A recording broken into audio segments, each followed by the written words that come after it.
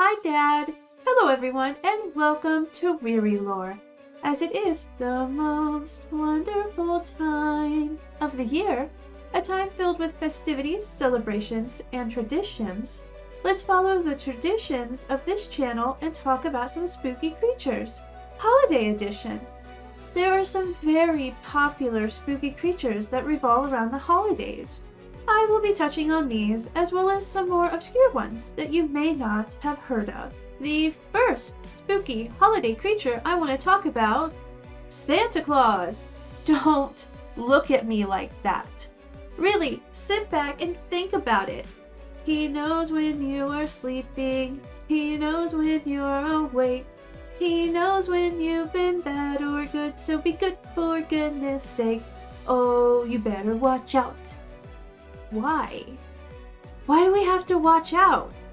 As if that's not creepy enough, it's believed that Santa Claus controls Krampus, the bad cop, to Santa's good cop. But is Santa Claus really the good one if he's controlling the monster? You can't tell me they're not related in some way. Krampus has to get his intel from somewhere, and there has to be an agreement between the two of them, or they would fight each other, right? If you don't know who Krampus is, how's that rock you're living under? Comfortable? Nice and dark? To get us all on the same page, let's look into the legend of Krampus for a hot minute. Krampus is a creature from Central European folklore. As I stated before, he is considered to be Santa Claus's evil counterpart, if you believe that Santa Claus is a benevolent creature himself. Now, Krampus's origins are muddy. There are anthropologists that believe that this creature has pre-Christian origins. Some say he originated in Germany in the 16th century, and some say that he originated in pre-Christian Alpine traditions as early as the 12th century. No matter when he originated, Krampus is a terrifying creature that you don't want to see hide nor tail of during the holiday season. Even if they are supposed to be opposite sides of the same coin, Krampus bears no physical resemblance to Santa Claus. He has many variations, but those variations share some common attributes. These attributes are that he is hairy, usually brown or black in color, and has a single foot with a cloven hoof. Additionally, he has the horns of a goat, an unnaturally long tongue, and fangs. So the Christmas version of a goat man, only a little more demonic. Lovely. Krampus also carries chains, postulated to symbolize the binding of the devil by the Christian Church. The binding of the devil. So, are Krampus and the devil one and the same? An interesting question for another video. Krampus is dramatic, shaking his chains to elicit a response. I have to admit, if I was cursed to carry chains around for all of eternity, I would shake them to scare people too. He is also known to carry a birch branch, with which he swats naughty children as he patrols the night with Santa Claus. However, if this was all this goat man did, he wouldn't be one of the most popular holiday creatures to exist, or one of the most feared. Adults need not fear him. It is the naughty children that should, as he carries a sack upon his back that he will stuff naughty children into. They may be drowned, or eaten, or even transported to hell itself. I'm suddenly glad that all I ever got was coal in my stocking. Another holiday creature that shares similarities with Krampus is Wata Pete, known today as Sooty Pete. Sooty Pete is a calm assistant to St. Nicholas, helping him distribute treats and small gifts to well-behaved children. But that's a far cry from what he originated as. Zwarte Piet, translated to Black Pete, is a bit of a victim of political correctness, or, I suppose, more properly stated, a product of his time. Black Pete originated in the Netherlands in the 1800s. Far from being a calm assistant to St. Nicholas, Black Pete originated as a counter-agent, a strict disciplinarian who would threaten to beat or abduct naughty children. He was another cautionary character. Be a good child or Black Pete will come get you, and who knows what will happen then. But this wasn't the problem. Look at Krampus. Krampus has the same attributes, but is beloved by fans of the spooky and scary worldwide. Black Pete is described as a black-skinned, curly-haired, red-lipped, enslaved demon that St. Nicholas forces to do his will. Does my previous statement make sense now? Sooty Pete is just a person with soot on their face that passes out candy and gifts to good kids. Like the Walt Disney of the past, Black Pete has been changed, molded to fit modern ideologies. I'm not defending racism, and there are racist undertones, overtones, blatant tones to this character, but I want to look at this strictly from a storytelling standpoint. Only. What's more interesting? An enslaved demon that may one day escape and cause chaos and mayhem wherever it may go, or a happy-go-lucky companion with candy and trinkets? I know what movie I would watch. This motif of St. Nicholas enslaving other creatures, it doesn't end there. The story begins. It's 1252. An innkeeper, or butcher, depending which version of the story you're reading, named Père Fouettard had just spotted 3 wealthy boys on their way to be enrolled in a religious boarding school.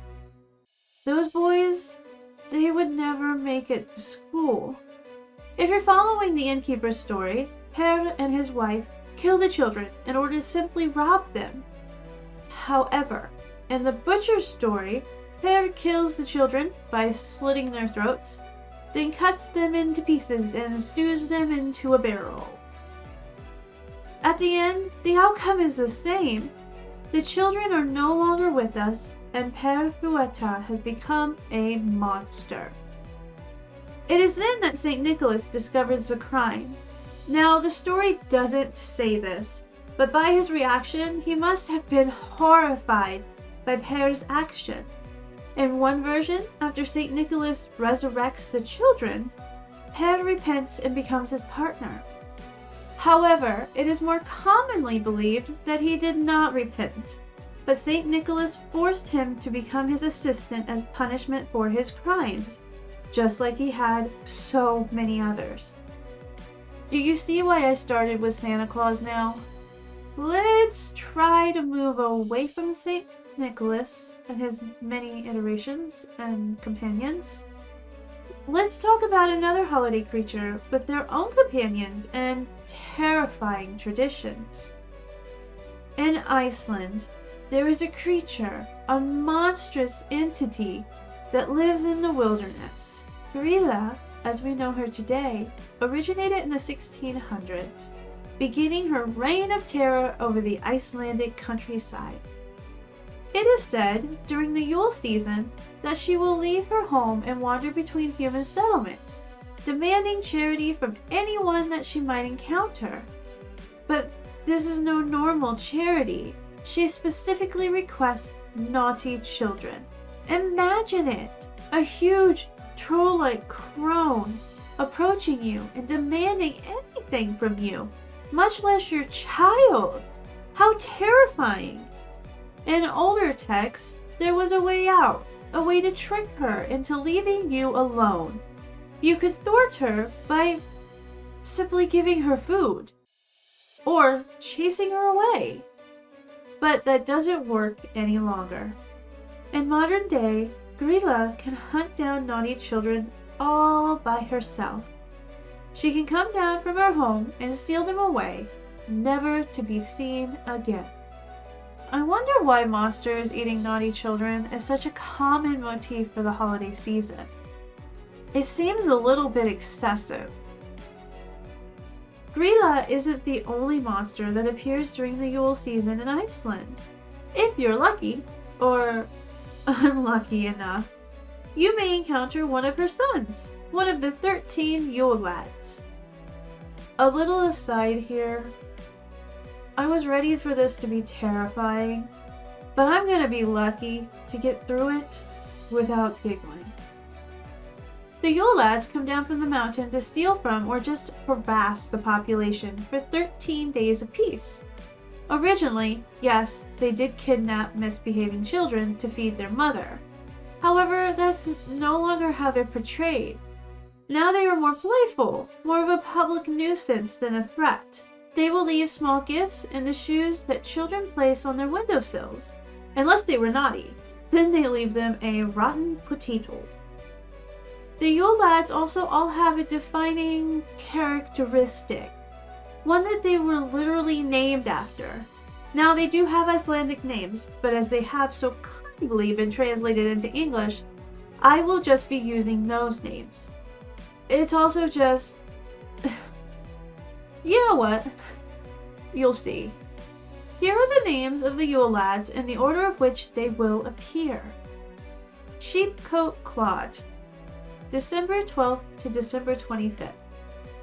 This Yule lad harasses sheep, but is impaired from his activities by his stiff peg legs. Gully Gawk, December 13th to December 26th. This Yule lad hides in gullies, just waiting for an opportunity to sneak into a barn and steal milk. Stubby, December 14th to December 27th. This Yule lad is abnormally short and steals pans for the food baked to the bottoms and brims. Spoon Licker, December 15th to December 28th. This Yule lad is extremely thin from malnutrition as he steals wooden spoons that are being used for cooking and licks them. Pot Scraper, December 16th to December 29th. This Yule lad steals pots to scrape out the leftovers. Bowl Licker, December 17th to December 30th. This Yule lad hides under beds waiting for wooden bowls to be placed on the floor. At least this one could be a monster under the bed. Door Slammer, December 18th to December 31st. This Yule lad enjoys slamming doors. Yup, especially if it's in the middle of the night and ends up waking up the entire household. Skier Gobbler, December 19th to January 1st. This Yule lad really loves Skier, a regional style of yogurt. Sausage Swiper, December 20th to January 2nd. This Yule lad hides in the rafters and steals sausages that are being smoked. Window Peeper, December 21st to January 3rd. This Yule lad peeks into windows in search of things to steal. Doorway Sniffer, December 22nd to January 4th. This Yule lad has an abnormally large nose and an acute sense of smell. He uses these attributes to locate leaf bread. Meat Hook, December 23rd to January 5th. This Yule lad uses a hook in order to steal meat. Candle Beggar, December 24th to January 6th. This Yule lad follows children in order to steal their candles because they are made of tallow, which is edible. My perception of the Yule lads before reading their descriptions, completely, utterly destroyed. With them being related to Grýla and the Yule Cat, I assumed they would be more bloodthirsty. But they really do just seem to be pranksters. Now, would it be terrifying if one of these things appeared in your home unwanted and unannounced? Yes, absolutely. But are they what I would be looking out for in Iceland during the Yule season? No. That would be the Yule Cat, and not because I love cats.